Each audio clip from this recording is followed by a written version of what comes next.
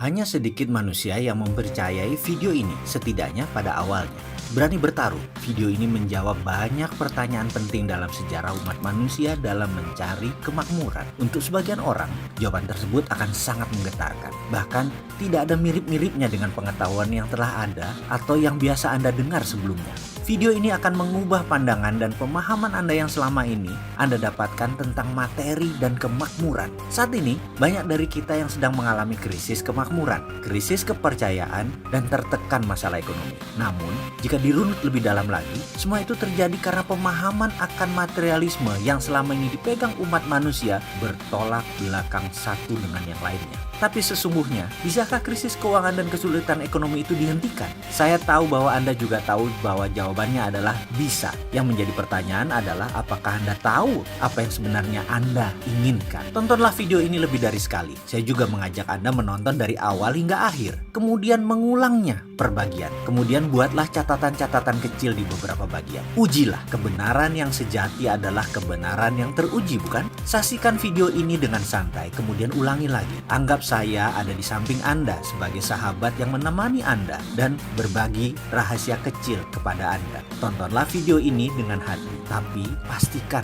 gunakan lebih dari satu hati. Hati-hati. Banyak informasi dalam kehidupan ini, terutama dalam mencari kemakmuran, menjadi tidak akurat setelah Anda menonton video ini. Tetapi garansi, pasti hasilnya lebih baik. Itulah jawaban mengapa dunia sekarang dalam bahaya yang sangat besar, karena kemakmuran seakan tidak bisa dicapai oleh semua orang. Hanya segelintir orang yang kebetulan bernasib baik memperolehnya. Kembali pilihan ini ada pada kita. Siapkah Anda menulis sejarah hidup Anda? Kita mulai dengan otak sama, nasib beda. Ketika berbicara soal kemakmuran, prosperity conscious atau kesadaran kaya, selalu menjadi hal pertama yang saya bahas adalah kata-kata. Ini menekankan bahwa cara kerja otak adalah pilihan. Jadi bagaimana Anda memprogram otak Anda untuk menjadi seorang yang kaya, Andalah yang menentukan. Artinya, kaya itu pilihan. Siapa yang ingin mendapatkannya pasti dapat, karena kaya itu hak semua orang. Ini sekilas fakta tentang otak. Bangsa manapun di dunia, ukuran otaknya, baik ukuran panjang syarafnya,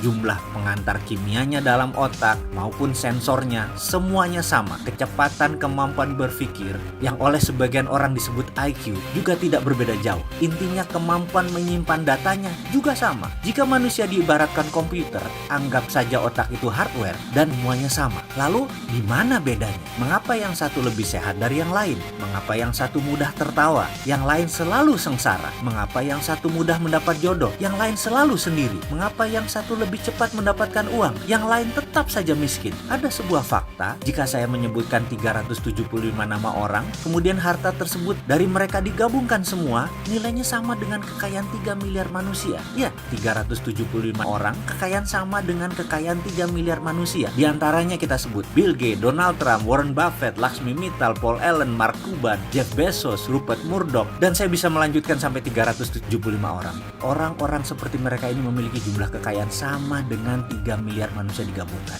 Jadi kesimpulan, otak sama, nasibnya beda. Nasib, ini batu sandungan pertama. Ada sebuah sistem pada manusia yang namanya belief system atau sistem keyakinan. Ini ditanam di subconscious atau di pikiran bawah sadar seseorang. Jika sudah ditanam di posisi ini, untuk mengubahnya perlu teknik khusus. Kalau menggunakan cara biasa tidak akan pernah berubah. Misalnya kebiasaan merokok. Maaf ya, saya mengambil contoh merokok karena mudah difahami. Saya tidak merokok, tapi saya bukan anti orang perokok. Prinsip saya merokok itu baik, tidak merokok itu lebih baik. Itu hanya sebuah pemahaman dan pengambilan posisi dalam melihat sesuatu. Kembali ke merokok sebagai contoh. Dalam iklan televisi dikatakan secara vulgar, merokok bisa menyebabkan kanker, gagal janin, penyakit paru-paru, dan lain sebagainya. Apakah dibaca oleh setiap perokok? Ya, namun apakah mereka lantas berhenti merokok karena takut akan peringatan tersebut? Tidak juga. Mengapa? Itulah kerja otak.